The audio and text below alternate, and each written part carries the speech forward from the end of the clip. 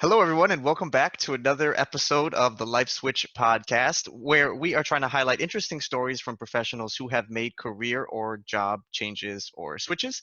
The goal, hopefully, is to give you some inspiration and information for yourselves. Perhaps you may be thinking, gosh, I really don't like my job, but I just don't know what I would do instead. Then this is the perfect podcast or place for you. This episode, we have the awesome Arun Kumar. Him and I are both consulting alumnists and Santa Clara University alumnists, and he is joining us all the way from London. He'll give us his origin story here in a bit, but just to kind of set everything up, he actually left his consulting job to run his own consulting business, and he has quite a few different entrepreneurial endeavors going on right now, including a t-shirt business, and he's also got a career coaching service as well, and he wrote his own book, which he'll also talk about in a bit. And I'll have all of his information down displayed below and or above, so you guys can get in contact with him as well. And if you guys are liking this kind of content, please make sure you subscribe to the Career Shakers YouTube channel as well. But with all that being said, I will kick it over to Arun for his origin story. Let's give everyone some background about yourself. All right, thanks, Corey. So yeah, as you mentioned, I got a few things going on right now, but I can start back at the beginning. So I grew up in Seattle, only child, kid of a therapist and a nurse. So they wanted me to go into medicine. I didn't really know what I wanted to do, and I watched these sort of Boston legal suits, Criminal Minds type TV shows, and thought that being a lawyer sounded pretty interesting, or going into some sort of law enforcement. That didn't really pan out after one quarter at Santa Clara taking political science classes that I really didn't enjoy. And so I went back, took some core classes, which included micro econ, and realized that the business school was definitely the place I needed to be, because it made just so much more sense than anything I had ever taken before, and all the sort of underlying business ideas that we were talking about really fascinated me. Yeah. So I transferred to the business school, then took the intro to business topics class. So it's, just a few days on each subject that the business school teaches. I found that accounting just clicked in my brain, made sense more than anything else. And after my first year, I declared my accounting major and went on to basically dive in with both feet to the recruiting cycle for accounting as a sophomore. So I was going to every event I could possibly find and get on my calendar, and staying afterwards and talking to professionals, and spending way too much time in business casual and business professional clothes as a sophomore. And then I ended up doing 9 interviews in 1 week for all the different accounting firms, and went to the leadership conferences that they all put on as recruiting events that following summer. And so that also taught me a ton about business travel and, again, professional development, networking, how to interview, all that sort of career coaching skills, which I then brought into both PwC as a consultant in a sort of a capital markets and complex accounting consulting group. So we did IPOs and very complex accounting questions that clients brought to us. But I also brought it to my business fraternity before I graduated. So I ran this session called Tell Me Your Dream Job and I'll Help You Get It. I did 63 of those sessions. We placed people in some really cool jobs, including like Google, all the big 4, investment banking. So that was a great experience at Santa Clara. And you did that as a senior? Junior and senior, yeah. As a junior and a senior. Okay, very cool. Then, so I interned with PwC. Didn't really like my internship all that much. It wasn't what I had been promised. But I was told, come back full time, move from San Jose, near where Santa Clara University is, to San Francisco, and start working there. And it was a better experience for me at the beginning. So I did 2 years with PwC in the US, and basically was top of the class for the first year. Thought I was going to get promoted early, and then it didn't pan out, but realized that it was a bit less fulfilling at the end of the day than I was expecting. Even though you were And performing well. yeah, so I was performing well. I was interested in the work. Like I enjoyed doing the sort of different business deals and hearing about the strategy behind them. And it was exciting to read those contracts and see what was going on. And I was good at it. I was good at the accounting. And it was just that at the end of the day, I was like, why am I working so hard for this one number in a financial statement that people don't really appreciate? And that was the way that I was thinking about it. Other people have, different perspectives on accounting and financial reporting, and that's fine, and that works for them. For me, it just felt like I was putting in a lot of hours for a number that I didn't place very much value on at the end of the day. And then when I saw that my career wasn't progressing in the way that I was expecting, I was really losing the motivation to work hard and continue progressing in that job.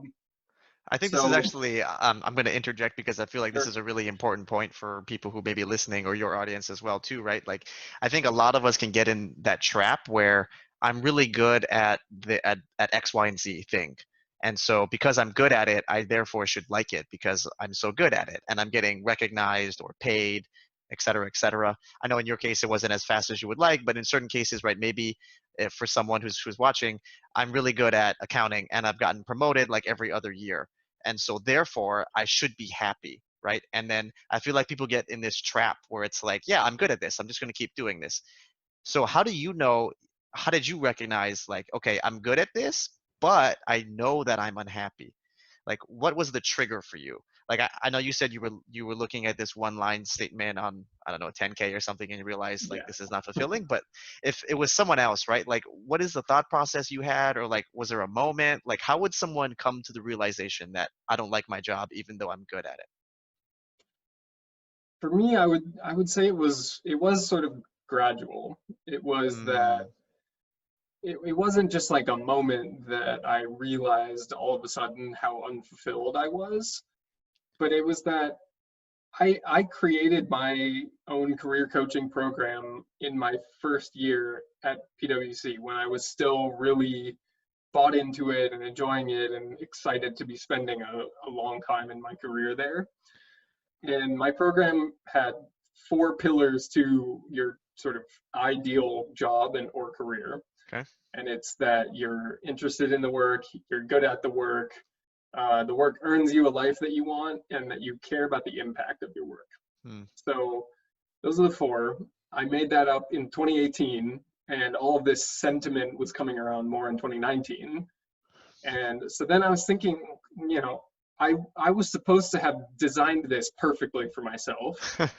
I've surveyed, as I mentioned before, tons of people in school. I did so much research on my own career, as well as all these other people, from anything from medical school to investment banking. And yet I was unfulfilled.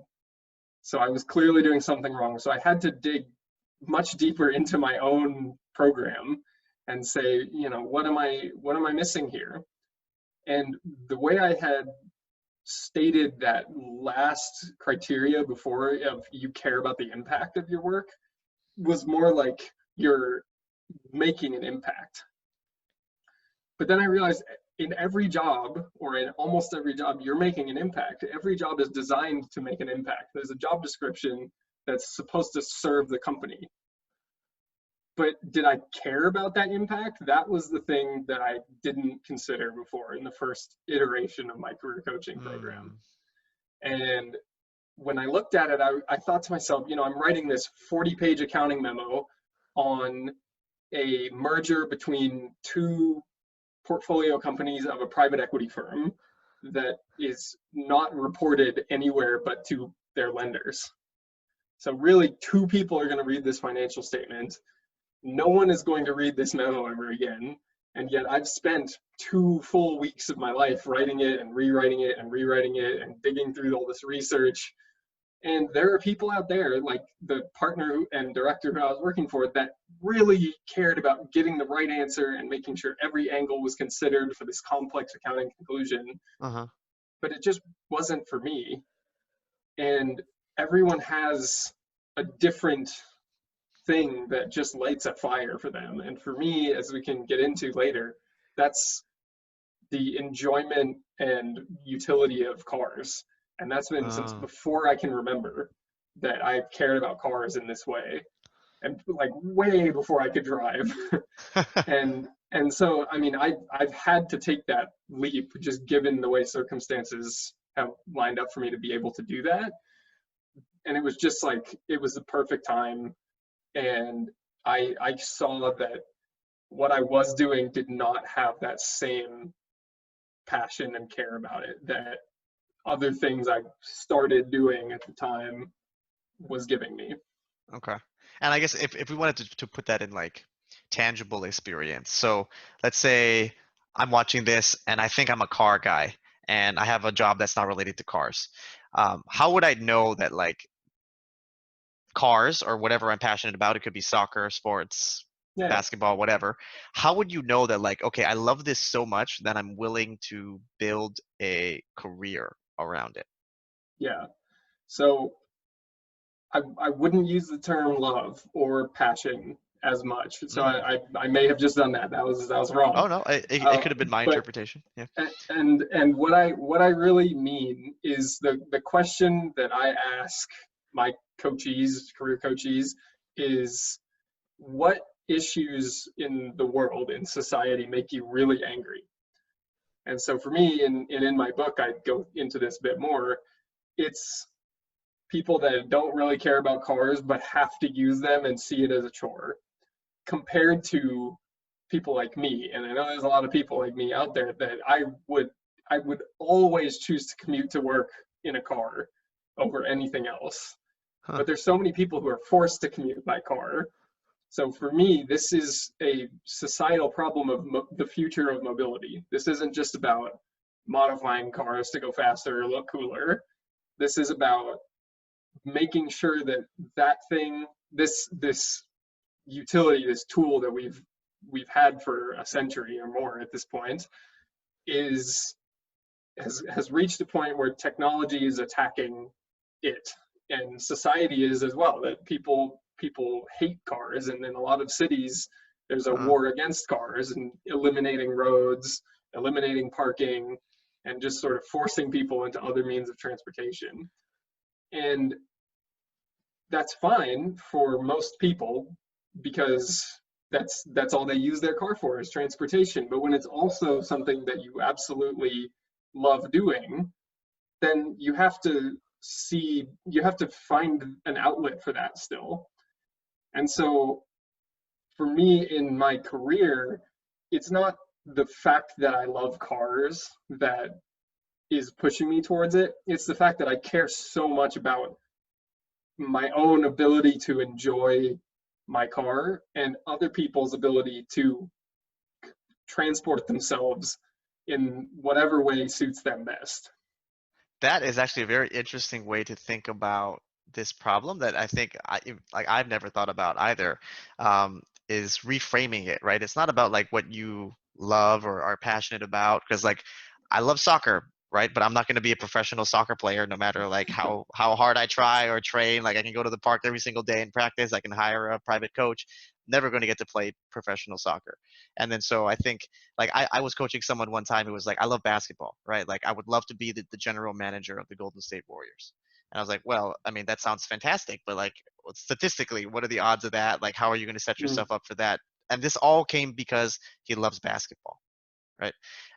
But it to your point, maybe it's got to be like a reframing. It's not just like, do you love something or are you passionate about something? There's got to be like an underlying problem, perhaps related to yeah, basketball or cars, that you're tying or relating your passion for. It's like giving you a mission, right? right. And here's why, is because you will, in any job, I don't care what it is, I don't care how perfect you think it is, there will be a bad day.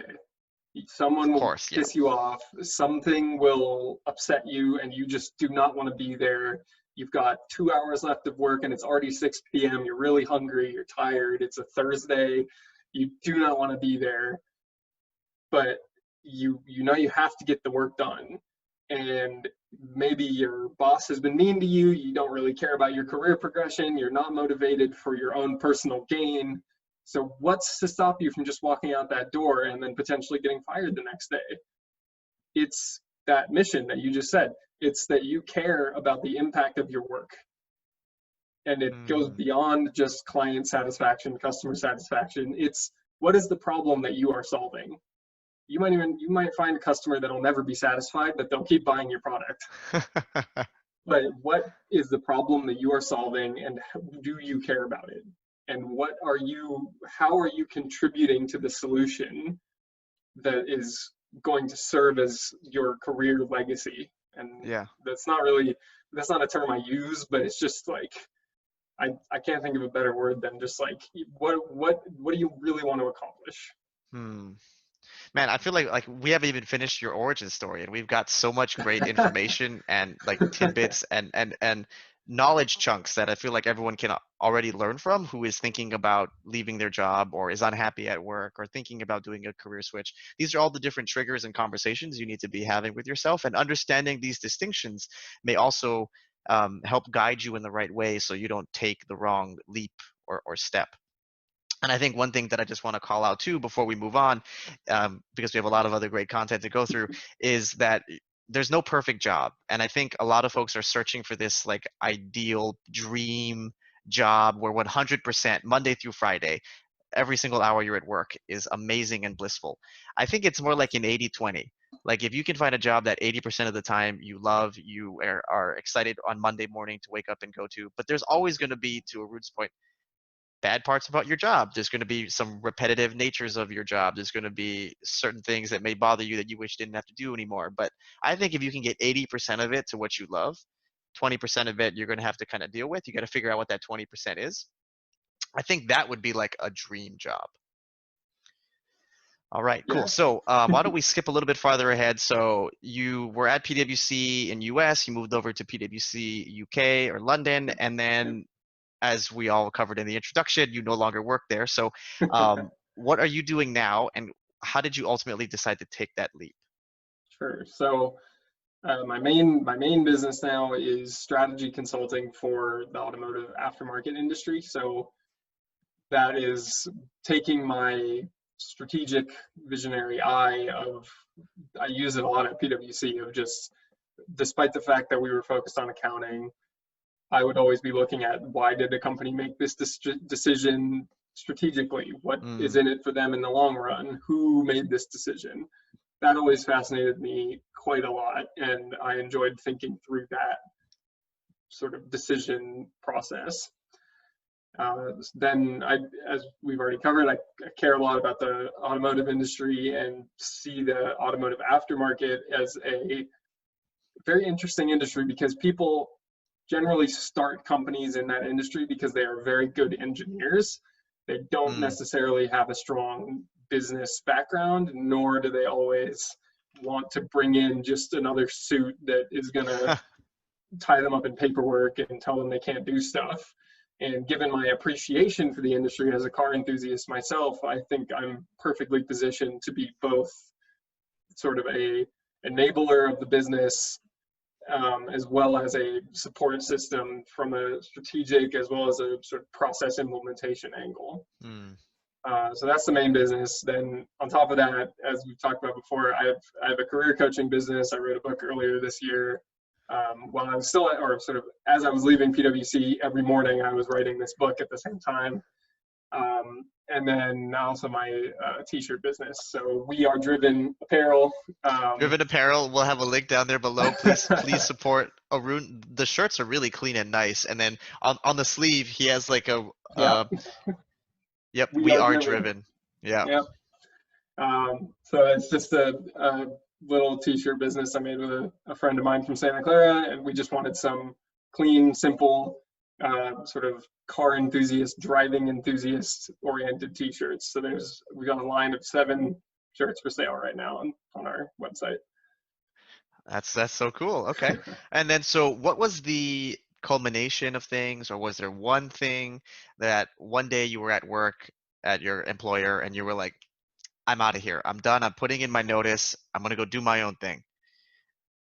So the quote that will go, the speaker will go unnamed, but the thing that had me walk back to my desk and decide that this was the day to turn in my notice was I was putting together a PowerPoint that was going to have an example that was publicly available, and they wanted me to take screenshots of this example from the internet and put it into our PowerPoint, and then recreate it so that it looked like we had made the financial statement example, because we would tailor it a little bit to our client and then make it. And then I suggested that in order to save time, we just make a link to this example online, which would take about 2 seconds compared to a couple of hours of recreating these financial statements in a Google sheet, which isn't really the best tool for the job. And I was very exasperated when I went to ask. I was like, please, like, why am I doing this? I don't understand why this is valuable. And my manager said, we're doing this so that it looks like we came up with it ourselves, because that shows that we're adding more client value. And I said, wasn't this the same advice that we would give them anyways if we just gave them the link? And he said, so I know you're frustrated because it sounds like I'm telling you to do this just for the sake of optics. And you're right. And I just like collapsed. I was just like, this is just, are you serious? Like, you're actually telling me that the only reason I'm doing this is so that we can look just a little bit better potentially to our client with no actual improvement in the value we're giving them. And so it was at that time that I said, okay, I'll do it. And I walked back to my desk and handed in my notice, which was basically 2 months earlier than I was planning on doing it. Wow. But it was, the issue is in the UK, my notice period was 3 months. So I handed in my notice and then had 3 months left of work. But I handed in my notice the week before London got locked down due to coronavirus. So I then spent the last 3 months of my employment working from home. So that enabled me to spend, instead of commuting, spending quite a lot more time starting to build up my own businesses. So I started all 3 businesses, created all 3 websites, built tons of programming, wrote the book, all in basically the last 3 months of my employment at PwC from my flat in London, just because I've sat at my kitchen table and just worked from basically 5 in the morning till 9 in the morning.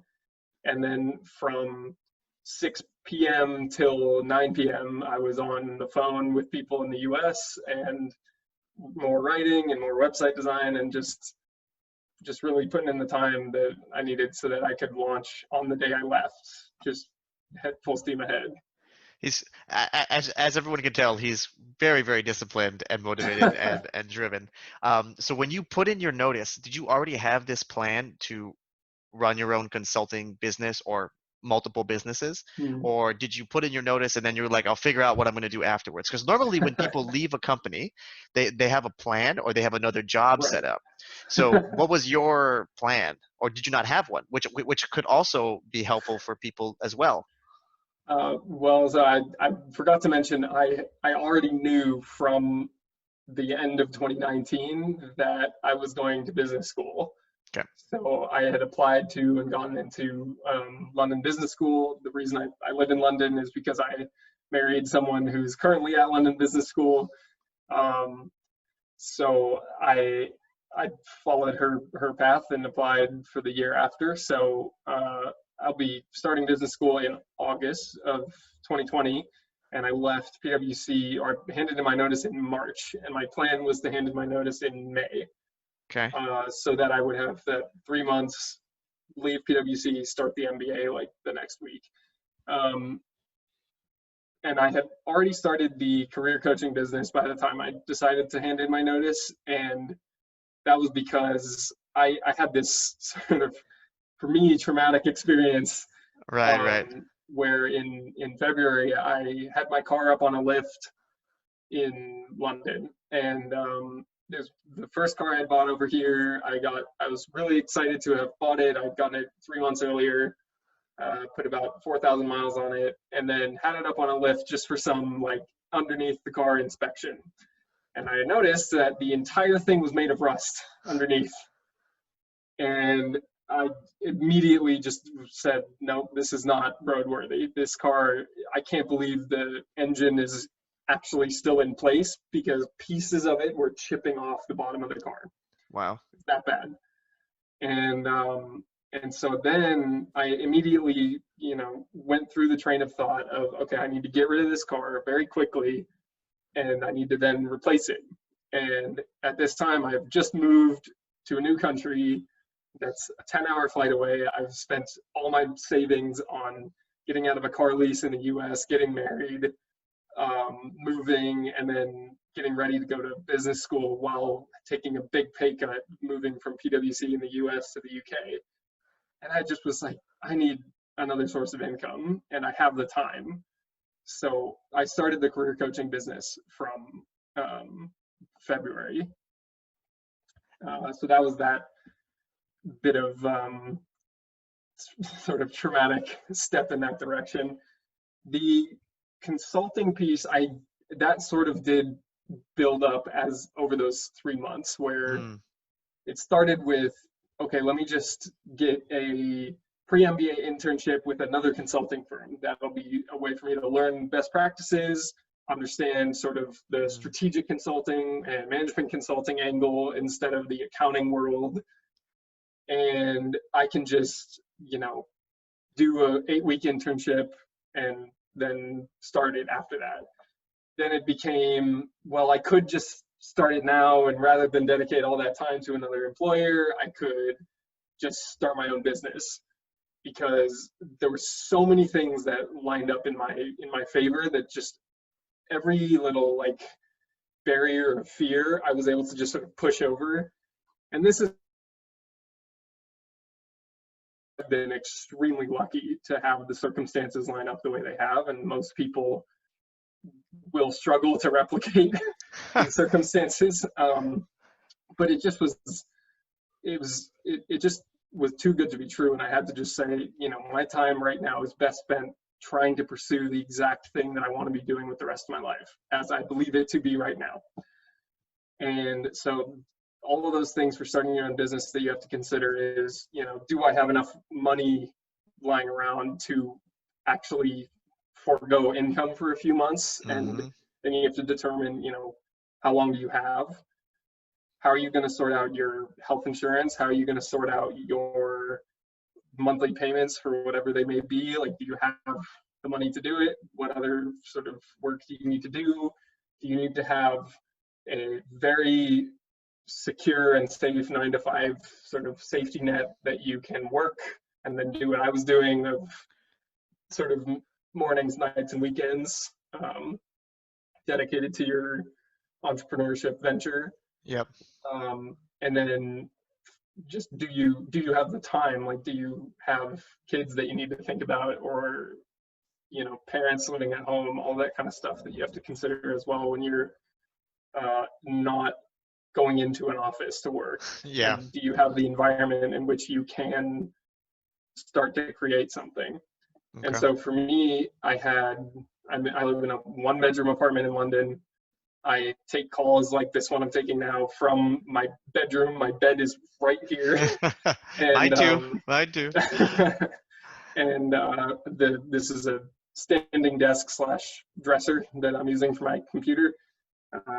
And I financially, I can survive. I was lucky enough to sign a client within 2 weeks of leaving PwC, so I'm okay financially even still, but I had enough money to make it till my student loan comes in August, and so then I sort of knew that I would be secure starting in August financially. Yeah.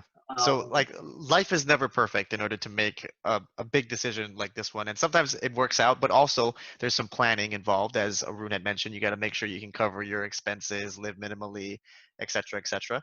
Yeah. I also want to make sure that Arun has a platform and plug, because he mentioned a couple times now his career coaching business. So for those of you who are watching, either my audience or your audience, what is your career coaching business? What do you help with?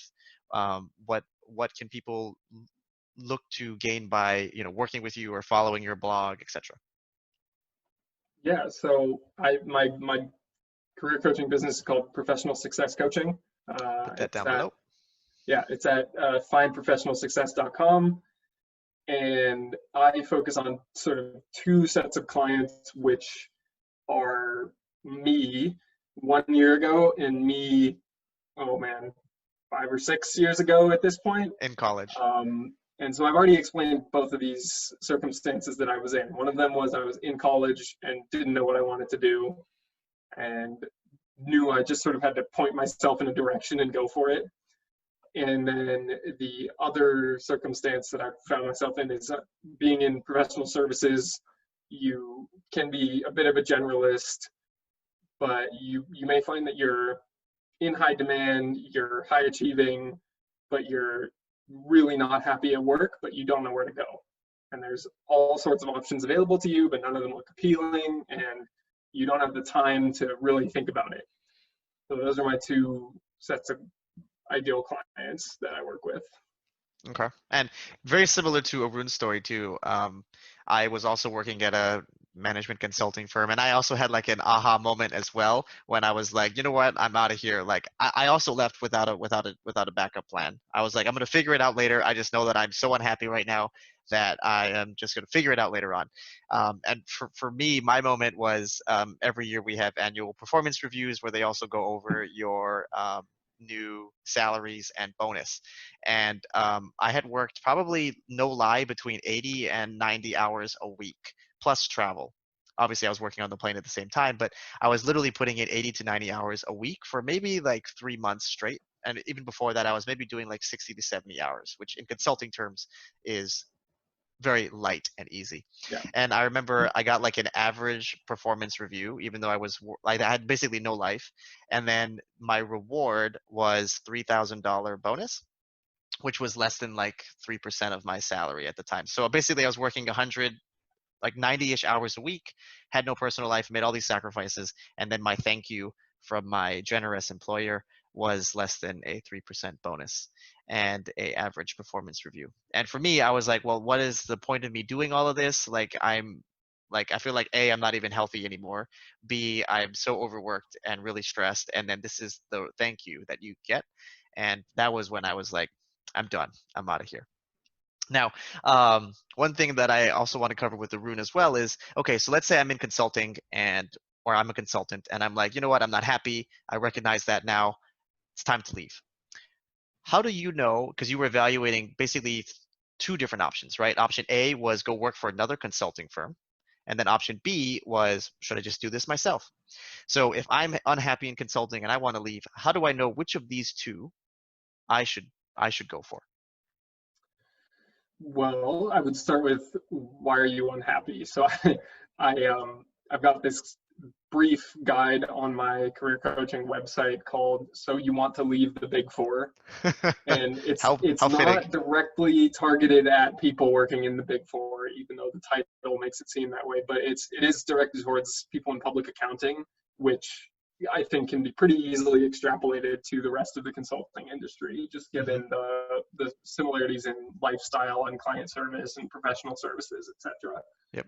But I have a number of different options in there, and I considered making it a flow chart, but it was going to be so complicated that I just decided to leave it in paragraph format.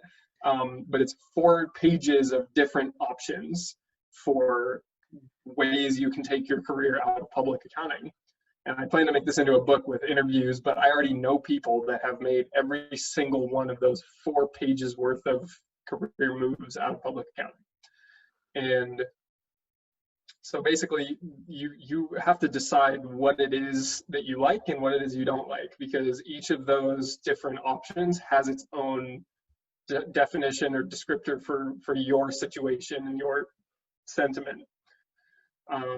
So it's a bit hard to give one answer to pick one or the other. Hmm. Um, but it's basically, do you Is it your employer? Is it the type of work that you're doing? Is it the client? Is it your team? Is it the subject matter?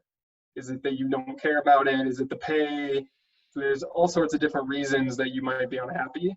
And while I think the most important one to consider is what we've talked about of caring about the impact of your work, there's plenty of other factors that play into it, and you have to weigh what factor is going to be satisfied by a new job and what that new job looks like. And then you have to put in tons of research and time into that research in order to figure out if that new job is really going to do it for you. When you say research, like what type of research should I be doing if I'm thinking about leaving? So it starts with Google. Well, actually, starts with self-reflection. Make a list of just new job opportunities that interest you. Make it a really long list. I don't care if it's 50, 100 different companies. Then start researching job openings and go on company websites, read the About Us page, and then start eliminating. So first do that with the company website, then do it with Google, then do it with Glassdoor, then go on LinkedIn and start LinkedIn stalking people who have the job that you want. See what their career path looks like, see what their education is, see what sort of jump they made, see if you can tell the story of their career yourself, and if your path lines up with it or not, Mm, and go from there. Then you start talking to those people. Then you start really trying to understand their career path, their experience at the current company. Will it allow you to cross that company off the list or not? And then you get to the end and you start asking yourself some of the questions that are in my book about, do you get angry about the issue that this company is solving? Are you really good at the job description and confident that you really excel in that role? Are you interested in the way you'd be working or the type of work you'd be doing or the subject matter of the work? And then does that job earn you the life you want? Is it going to give you the mm. work-life balance that you want? Is it going to give you the money that you want? Is it in a location that you care about? What are the hours? What's the travel? So there's plenty to think about. But that's the systematic path that I recommend. So helpful, so helpful. And for those of you who are looking or are listening to Arun talk right now and are like, wow, that book sounds amazing, we'll have links for those down below as well. And can you buy those like on Amazon as Yep, or? that's on Oh, Amazon. perfect, perfect, Yep. perfect, perfect. Alrighty. Well, I think that brings us to the bottom of the hour, which is all the time that we have for this podcast so far. For those of you who enjoy this type of content, make sure that you like and subscribe. And I'll also have all of Arun's business contact info down below and above because he's got so many different entrepreneurial adventures going on right now. If you guys really did enjoy this talk and would like for Arun to come back as well, put some comments down below and let us know what else we should talk about and cover. But hopefully everyone found this to be helpful and insightful, especially those of you from consulting backgrounds who are thinking about leaving. Thank you all for tuning in, and we'll see you guys in the next episode.